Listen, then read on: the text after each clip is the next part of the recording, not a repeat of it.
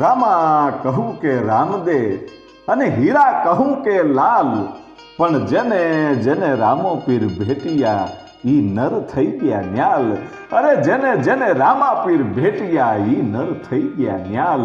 જેને જેને ભગવાન રામદેવજી મહારાજનો જેની ઉપર હાથ પીડ્યો છે, જેની ઉપર કરુણા દ્રષ્ટિ પડી છે, એને કાયમને માટે લીલા લહેર થઈ ગયા છે. અને એવા રામા પીર અને રામદેવ પીરના એમ કહેવાય છે કે પરમ ઉપાસક એવા ભક્ત ડાલીબાઈની આપણે વાત કરવી છે. મહાસતી ડાલીબાઈ એટલે એક એવું નામ કે ભગવાન રામદેવજી મહારાજનું મંદિર હોય તો ત્યાં સાથે ડાલીબાઈ પણ હોય છે. અને એનો અદ્ભુત પ્રસંગ છે, એની આગળ આપણે વાત કરવી છે. પણ ડાલીબાઈના સંપૂર્ણ ઇતિહાસની તો આપણે વાત કરવી છે, પણ સાથે સાથે ડાલીબાઈના ઇતિહાસની અંદર એવી એક વાત આવે છે કે ભગવાન રામદેવજી મહારાજે પોતાના પત્ની નેતલદેનો પણ ત્યાગ કર્યો હતો. તો ભગવાન રામદેવજી મહારાજને ત્યાગ, પોતાના પત્નીનો ત્યાગ શા માટે કરવો પડ્યો એની પણ આપણે વાત કરવી છે. કે ડાલીબાઈના ઇતિહાસમાં આગળ રામદેવજી મહારાજ અને નેતલદેના એમ કહેવાય છે કે ઇતિહાસની પણ વાત આવશે. ત્યાગ શા માટે કરવો પડ્યો એની પણ વાત આવશે. અને ડાલીબાઈ એટલે એ તો મહાસતી પરમ ઉપાસક રામદેવજી મહારાજના, એની જો આપણે વાત કરીએ તો સંપૂર્ણ ઇતિહાસની જો વાત કરવી હોય તો મૂળિયાથી વાત કરવી પડે. અને અમુક વાતો છે એ લોકવાયકા મુજબ પણ હોય છે અને અમુક વાતો છે એ સત્ય પણ હોય છે. પણ આમાં સત્ય શું છે એ અમુક વાતોમાં સમજાતું નથી. એટલે અમુક વાત છે એ લોકવાયકા પ્રમાણે પણ હોય છે. એટલે રાજસ્થાનનું જે ગોમટ નામનું ગામ છે એ ગામનો એક કઠિયારો છે, એ વનવગડાની માલપા લાકડા કાપી અને ધીરો ધીરો ધીરો ધીરો ડગલા માંડતો માંડતો હાલ્યો આવે છે. અને એમાં એક પીપળાનું ઝાડ આવે છે. અને ચૈતર મહિનાનો એ ધોમ દેખેલો તડક્યો છે, એ ધરતી ઉપર મુઠ્ઠી ઝાડ તમે નાખી દો તો એની ધાણી ફાટી જાય એવો તડક્યો. અને એ તડક્યાની માલપા ખૂબ ગરમી લાગી છે, ખૂબ તડક્યો લાગ્યો છે, ગરમી સહન થતી નથી. એટલે કઠિયારો છે એ પીપળાનું ઝાડ જોઈ અને ધીરો ધીરો ડગલા માંડતો માંડતો એ પીપળાની નીચે ભારો મૂકી, એ લાકડાને એક બાજુ મૂકી અને પોતે છાંયે બેસે છે. છાંયે બેઠો છે, થોડોક વિહામો લઈ લો એટલો હજી વિચાર કરે એ પેલા એક નાનકડા એવા બાળકને રડવાનો અવાજ આવે છે. અવાજ આવ્યો એટલે ચારે બાજુ એ કઠિયારો છે જોવા માંડ્યો. અને જોયું તો ધરતીની અંદરથી બાળકના રડવાનો અવાજ આવ્યો. કઠિયારો વિચાર કરે છે કે અંદરથી અવાજ કેમ આવ્યો હશે. જરાક ધૂળ આઘી પાછી કરી અને જોયું ને તો અંદર એક નાનકડી એવી દીકરી હતી. કઠિયારે તરત એ દીકરીને એમ કહેવાય છે કે બહાર લઈ લીધી, તેડી લીધી. અને વિચાર કરે છે કે આ જીવતી દીકરીને અહીંયા કોણ દાટી ગયું છે. પણ હકીકતમાં ઘટના એવી બનેલી કે દીકરી જ્યારે જન્મી ત્યારે શ્વાસ નહોતી લેતી અને કોઈ કીધું કે આ દીકરી મરેલી જન્મી છે. ત્યારે એ દીકરીને મૃત્યુ પામેલી છે એવું માની અને દીકરીને દાટી દેવામાં આવી હતી. અને પછી આ કઠિયારાનું આવવું, ત્યાં બેસવું અને એ દીકરીને શ્વાસા શરૂ થયા અને અંદરથી રડવાનો અવાજ આવ્યો. અને કઠિયારાએ એમ કહેવાય છે કે આ દીકરીને બારી કાઢી. પણ વિચાર કરે છે કે આ દીકરીને તો મેં બારી કાઢી છે, આ દીકરી જીવે છે. કોઈને એમ લાગ્યું હશે કે દીકરી મૃત્યુ પામી છે અને દાટી દીધેલી છે. પણ હવે આ દીકરીને હું ક્યાં લઈ જાઉં, કોને સોંપું? કારણ કે મારે ઘરે તો આ દીકરીને મોટું કરે એવું કોઈ નથી. હું એકનો એક છું, કાયમને માટે લાકડા વેચીને મારું ગુજરાન હકાવું છું. તો આ દીકરીને મોટી કોણ કરે?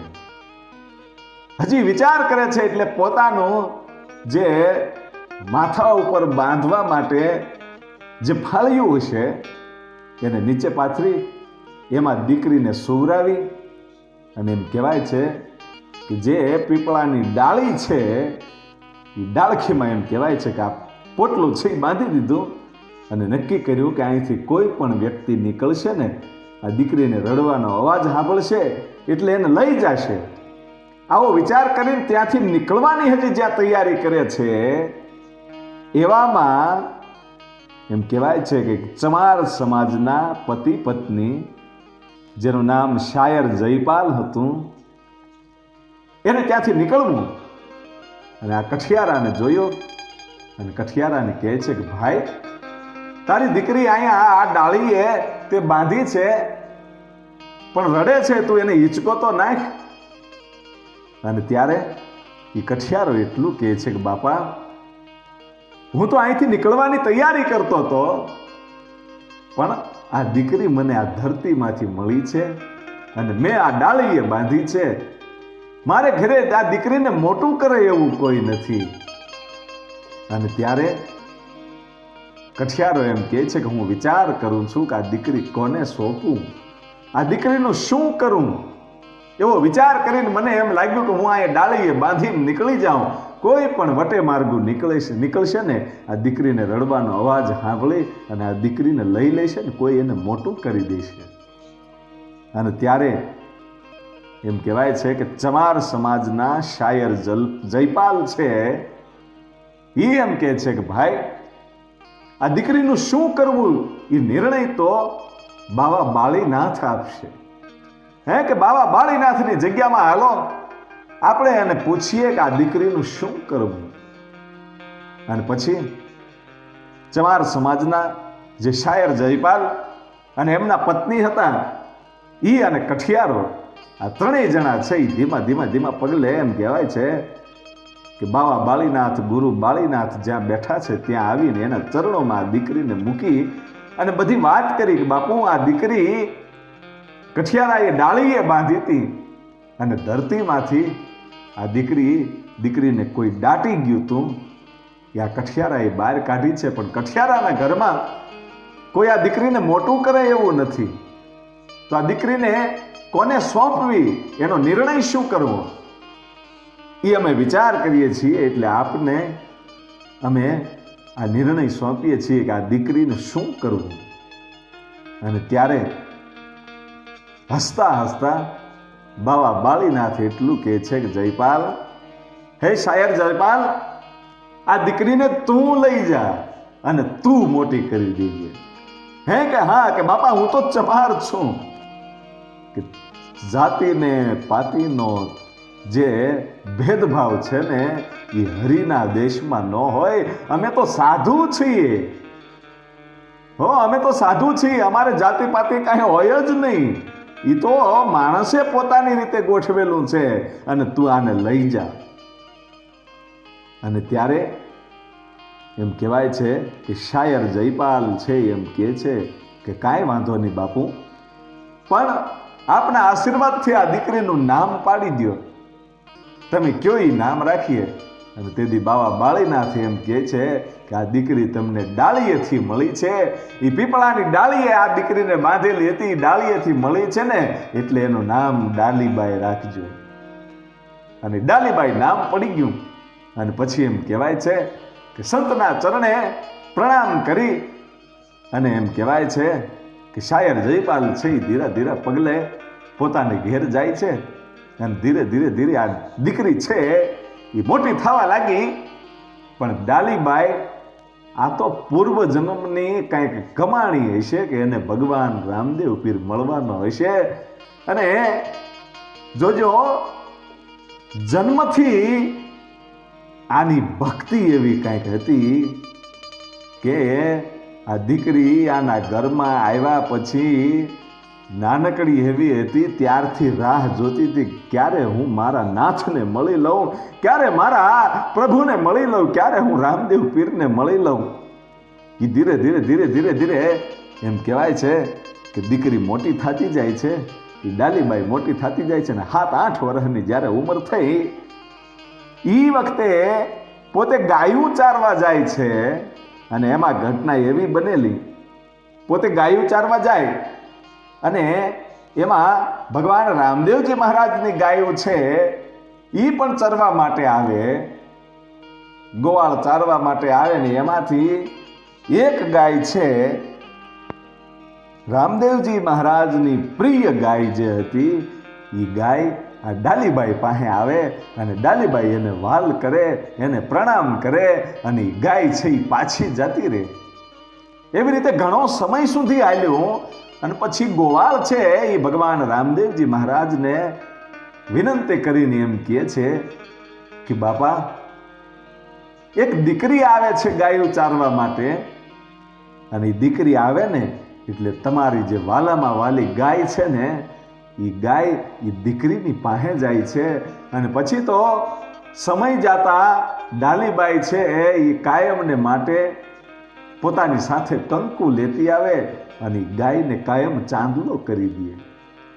ગોવાળે બધી વાત કરી કે એક દીકરી જે છે એ દીકરી કાયમને માટે આ તમારી જે ગાય છે ને એને ચાંદલો કરે છે.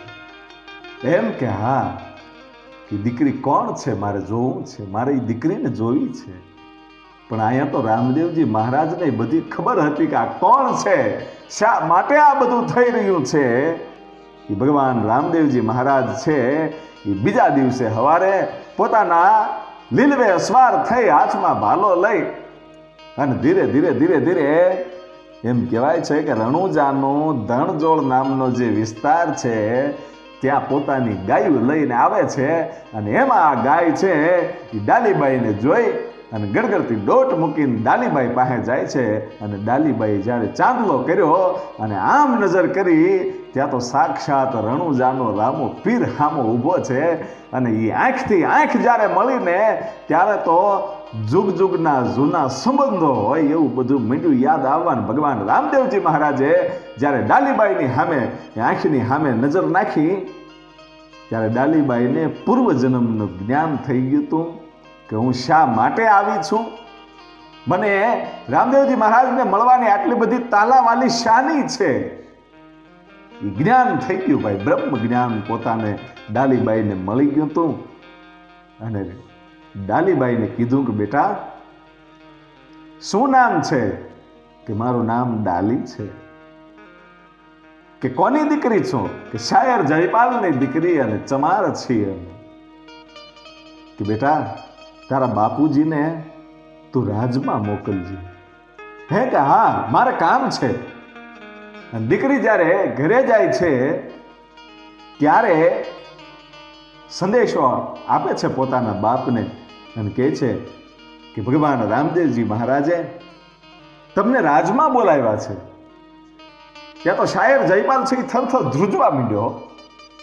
એમ થયું કે આપણે ચમાર છીએ અને એની ગાયને આ ડાલી છે એ કાયમને માટે ચાંદલો કરે છે એટલે આભડસઠ લાગી છે, એટલે આપણો ગુનો બન્યો.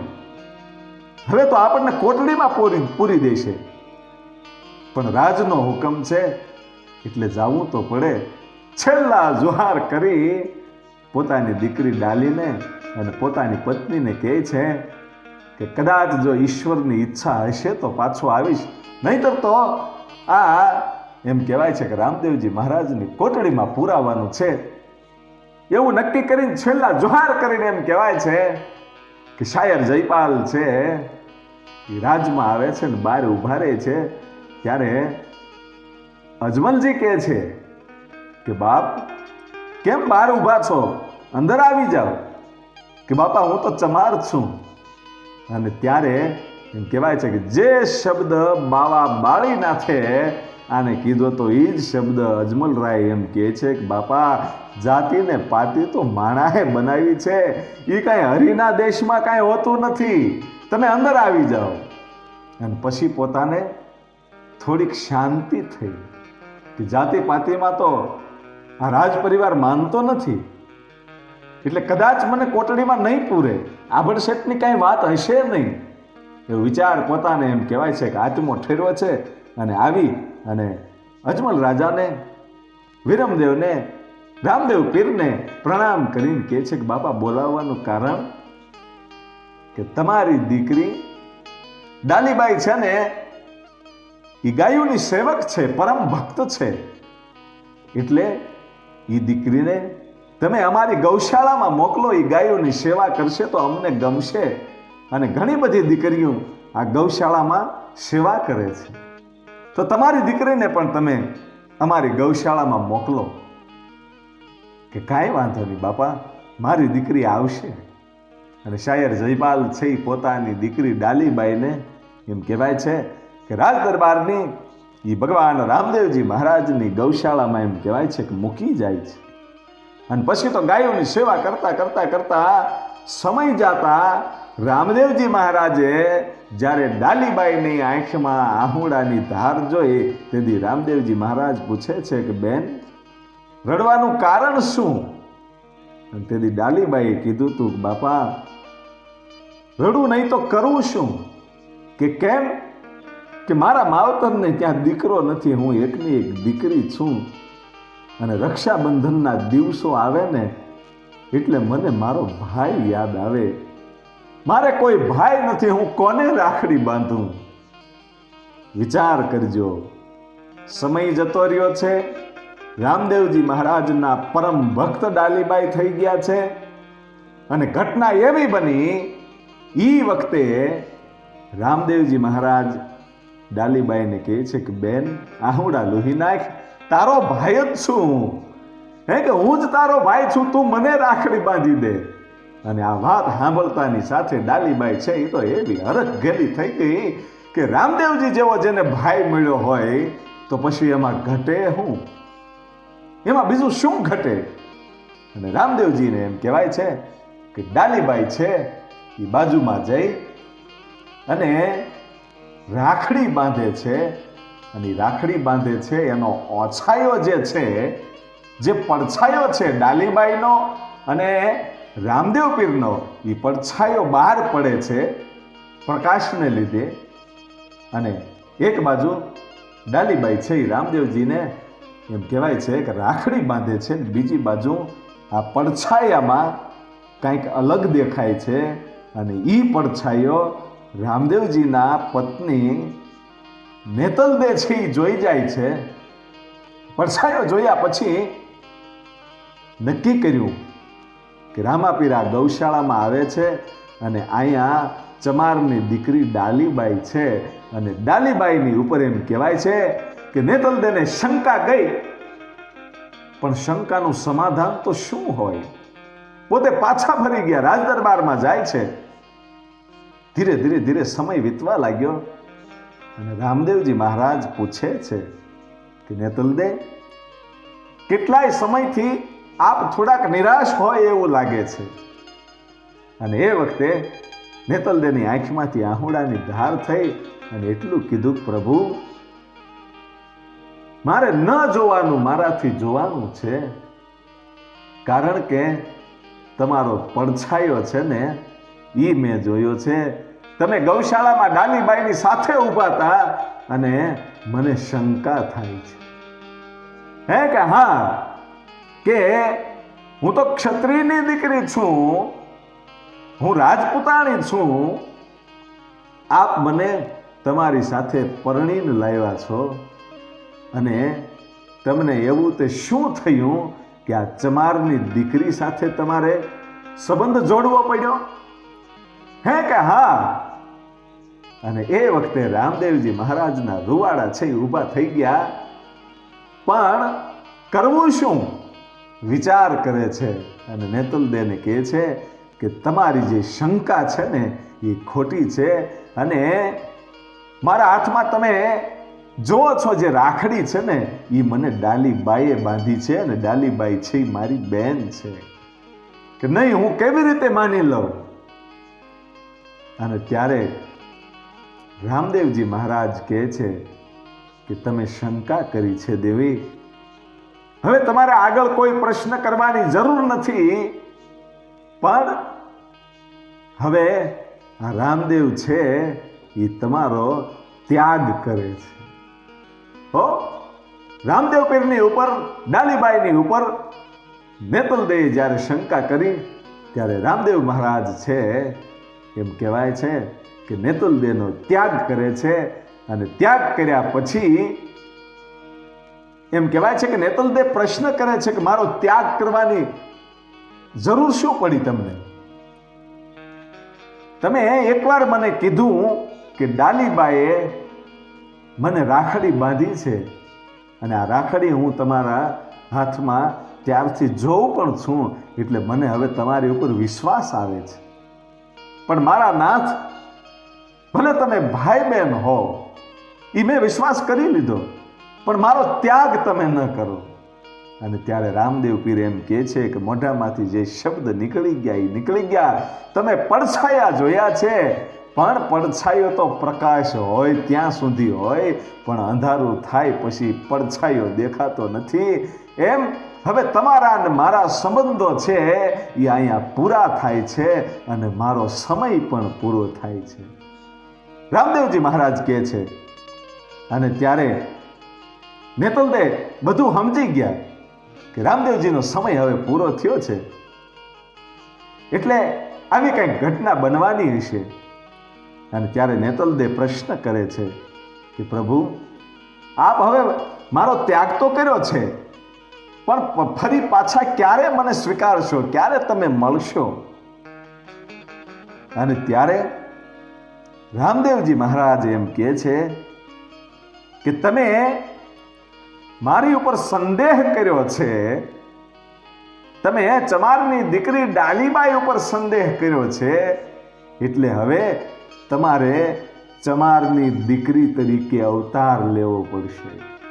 હે કે હા, તમારે ચમાર સમાજમાં અવતાર લેવો પડશે. તમે ચમારની દીકરી થશો અને હું બ્રાહ્મણમાં નિષ્કલંક તરીકે અવતાર ધારણ કરીશ. અને પછી જૂનાગઢમાં જાંગી વાગશે, વંથલીમાં આપણા વિવાહ થશે અને પરબે આપણે મીંઢોળ છોડીશું. અને પછી ખૂબ સરસ રામદેવજી મહારાજ એમ કહેવાય છે કે વાત કરે છે કે જ્યારે જતી સતી અને સાબરમતી ત્યાં થાશે સુરાના સંગ્રામ, અને ઢેલડી નગરથી અમે ધાણી મૂકશું અને ત્યાંથી 18 પદ્મ દળ છે એ નીકળશે. એમની સાથે નવનાથ હશે, ભેળા સહદેવ ને નકુલ હશે, અને દ્રૌપદી છે એ મારા લૂણ ઉતારતી હશે. અને એ વખતે વીંચણો વિંધ્યાવતી નાર નાખશે, અને તેદી મારી જાન નીકળશે ને તેદી આકાશમાં ડમરી ઉડતી હશે, સમડર છે એ ઘૂઘવાટા કરતો હશે. અને એ બે વખતે જ્યારે જતી સતી અને સાબરમતીમાં એમ કહેવાય છે કે આપણે ભેગા થઈશું, અને એ દિવસે હું તમને જે આપણો ધર્મ છે એની વાતો કરીશ, અને ત્યારે આપણો મિલાપ થશે. બાકી હવે આપણો મિલાપ થઈ શકે નહીં ત્યાં સુધી, એમ કહી અને રામદેવજી મહારાજ છે એ સાંજના સમયે પોતાના ઘરેથી નીકળી જાય છે. અને નીકળ્યા પછી ચાલતા ચાલતા પોતાના મોટા ભાઈ વિરમદેવને વાત કરવી છે, એટલા માટે વિરમદેવના મહેલ તરફ જ્યારે હાલ્યા ત્યારે એમ કહેવાય છે કે વિરમદેવના પત્ની એટલે કે રામદેવજી મહારાજના ભોજાઈ એના ભાભી એ સામા મળે છે. અને ત્યારે ભાભીને પ્રણામ કરી અને રામદેવજી મહારાજ કહે છે કે ક્યાં છે મોટા ભાઈ? અને ત્યારે ભોજાઈ છે એમ કહે છે કે રામદેવ પીર, તમે તો ભજનમાંથી ઊંચા જ નથી આવતા, તમારે તો નકરી ભક્તિ જ કરવી પડે છે, નકરી ભક્તિ જ કરો છો, એમાંથી ક્યાં તમને સમય મળે છે? અને તમારા મોટા ભાઈ વિરમદેવ એને રાજનું કામકાજ છે, એ રાજના કામકાજમાંથી કાંઈ નવરા થતા નથી. પણ તમે વિચાર તો કરો, કાંઈક રાજનું થોડુંક તો ધ્યાન રાખો કે આ રાજમાં ફળિયામાં 3 દિવસથી વાછડો મરી ગયો છે, એને કોઈ ફેંકવા જાતું નથી. હે કે હા, 3 દિવસથી આ વાછડો મરી ગયો છે, અને તમે આખા જગતને પીરાયું બતાવો છો, તો અહીંયા પીરાઈ બતાવો ને. અને પોતાના ભોજાઈના આ વચનો સાંભળી અને રામદેવજી મહારાજે હાથમાં જે જળની જારી હતી એમાંથી પોતાના હાથમાં હથેળીમાં જળ લઈ અને વાછડાની ઉપર છાંટ્યું. 3 દિવસનો મરી ગયેલો ફૂલી ગયેલો એ વાછડો છે એને એમ કહેવાય છે કે રામદેવજી મહારાજે પોતાની બચેલી જેટલી ઉંમર હતી એ વાછડાને આપી અને 3 દિવસના મરેલા વાછડાને તેથી સજીવન કર્યો. ભાઈ પીરાય બતાવ્યો, વાછડો તો સજીવન થઈ ગયો, પણ પોતાની જે કાંઈ ઉંમર હતી એ બધી જ એમ કહેવાય છે કે વાછડાને આપી દીધી હતી. અને પછી પોતાના રાજમહેલમાં જઈ અને પોઢ્યા અને અડધીક રાતને ટાણે મહારાજા અજમલજી રામદેવજી મહારાજના પિતાને સપનું આવ્યું કે રામદેવજી મહારાજ છે એ નિર્વાણ થાય છે અને પોતે કૃષ્ણની અંદર સમાઈ જાય છે. અને ત્યારે અડધીક રાતને ટાણે પોતાના પત્ની મિનળદેને બોલાવે અને બોલાવીને કહે છે કે મને બહુ અઘરું સપનું આવ્યું છે, આ સપનું જૂઠું નહીં હોય. અને હવાર થવાની રાહ જોવે છે. ધીરે ધીરે ધીરે ધીરે સૂરજ નારાયણ છે ઉગ્યો, ભલે ને ઉગા ભાણ તિહારા લવ બામણા, હવે તો જીયણ મરણ રી માણ અમારી રાખજે કાશ્યપ રાવું. એ સૂરજને એમ કહેવાય છે કે પ્રાર્થના કરી અને હોનાની કિરણો છે ધરતીના પટ ઉપર ધીરે ધીરે ધીરે ધીરે સૂરજ છે પાથરવા માંડ્યો. સૂરજ ઉગીને હવા પોરનો થયો અને એ વખતે અજમલ રાજા છે એ પોતાના પ્રધાનને કહે છે કે એકદમ હવે રામદેવજીને બોલાવો, મારાથી રહેવાતું નથી, મને ચિંતા થાય છે. અને રામદેવજી મહારાજને બોલાવવામાં આવ્યા અને રામદેવજી મહારાજે 2 હાથ જોડ્યા અને કીધું કે બોલો પિતાજી. અને તેથી અજમલ રાજા એટલું કહે છે કે મને સપનું આવ્યું છે, તું કૃષ્ણમાં હમાઈ જવાનો છો રામદેવ, તું નિર્વાણ થઈ જવાનો છો, આવું મને સપનું આવ્યું છે. અને એમ કહી અને આંખમાંથી આહુડાની ધાર થઈ. માતા મિલનદેને આંખમાંથી આહુડાની ધાર થઈ. અને તેથી રામદેવજી મહારાજ કહે છે કે જે તે સમયે મેં તમને વચન આપ્યું હતું એ યાદ કરો. આપણો સંબંધ બાપ દીકરાનો નથી, કે આપણો સંબંધ છે બાપ દીકરાનો નથી, આપણો સંબંધ તો ભગવાન અને ભક્તનો છે. તમારી ભક્તિથી હું રાજી થઈ અને ભગવાન છે ને એ તમારો દીકરો થઈને અહીંયા આવ્યો હતો, પણ આપણો સંબંધ બાપ દીકરાનો નથી. જે વ્યક્તિ આવે એને જવું પડે છે, મારું કાર્ય છે એ સમાપ્ત થયું છે, એટલે હવે મારે જવું પડશે. અને એમ કહેવાય છે કે નિજાર ધર્મની વાતો કરી અને અજમલજી કહે છે કે કાંઈ વાંધો નહીં બાપ, તમે મારા આંગણે ઈશ્વર છે એ જો મારો દીકરો થઈને આવ્યો હોય તો એનાથી ગૌરવની વાત મારા માટે બીજી શું હોય. રાજી ખુશીથી રજા આપે છે અને 9મીનો દિવસ છે. આખા ગામને ખબર પડી ભાઈઓ, આજુબાજુના વિસ્તારમાં ખબર પડી કે રામદેવજી મહારાજ છે એ નિર્વાણ થવાના છે, સમાધિ લેવાના છે. ત્યાં તો હજારો માણસો ભેગું થઈ ગયું, સાધુ સાધુડા સંતો જતી સતી જે કોઈ હતા એ ભક્તો હવ ભેગા થયા. અને એમ કહેવાય છે કે રામદેવજી મહારાજને વળાવવા માટે એમ કહેવાય છે કે નીકળ્યા અને રામ નામનું જે સરોવર હતું એ સરોવરના કિનારે રામદેવજી મહારાજે સમાધિ લેવાની જગ્યા ભૂમિ નક્કી કરી. અને બરાબર સમાધિ ગાળવાનો જ્યારે સમય થાય છે એ વખતે ડાલીબાઈને ખબર પડી કે મારો રામ છે, મારો રામા પીર છે એ સમાધિ લે છે. ત્યાંથી ભાઈ બધું જ કામકાજ પડતું મૂકી અને ગૌશાળામાંથી એવી ગણગરતી દોટ કાઢી ભાઈઓ, ગણગરતી દોટ કાઢી અને રામ સરોવરે આવી અને જેમ લાકડી પડે એમ કહેવાય છે કે રામદેવજી મહારાજના ચરણોમાં ડાલીબાઈ પડી ગયા અને કીધું કે પ્રભુ આ સમાધિ તમારી નહીં, આ સમાધિ તો મારી છે. તમે મને વચન આપ્યું હતું કે તમે જાઓ એ પહેલા સમાધિ મારી હોય. અને તેથી રામદેવજી મહારાજ કહે છે કે ડાલીબાઈ તમારી સમાધિ હોય એટલે શું કે પ્રભુ આ ભૂમિ જે તમે નક્કી કરી છે ને એ ભૂમિ મારી છે, કે આ ધરતી મારી છે.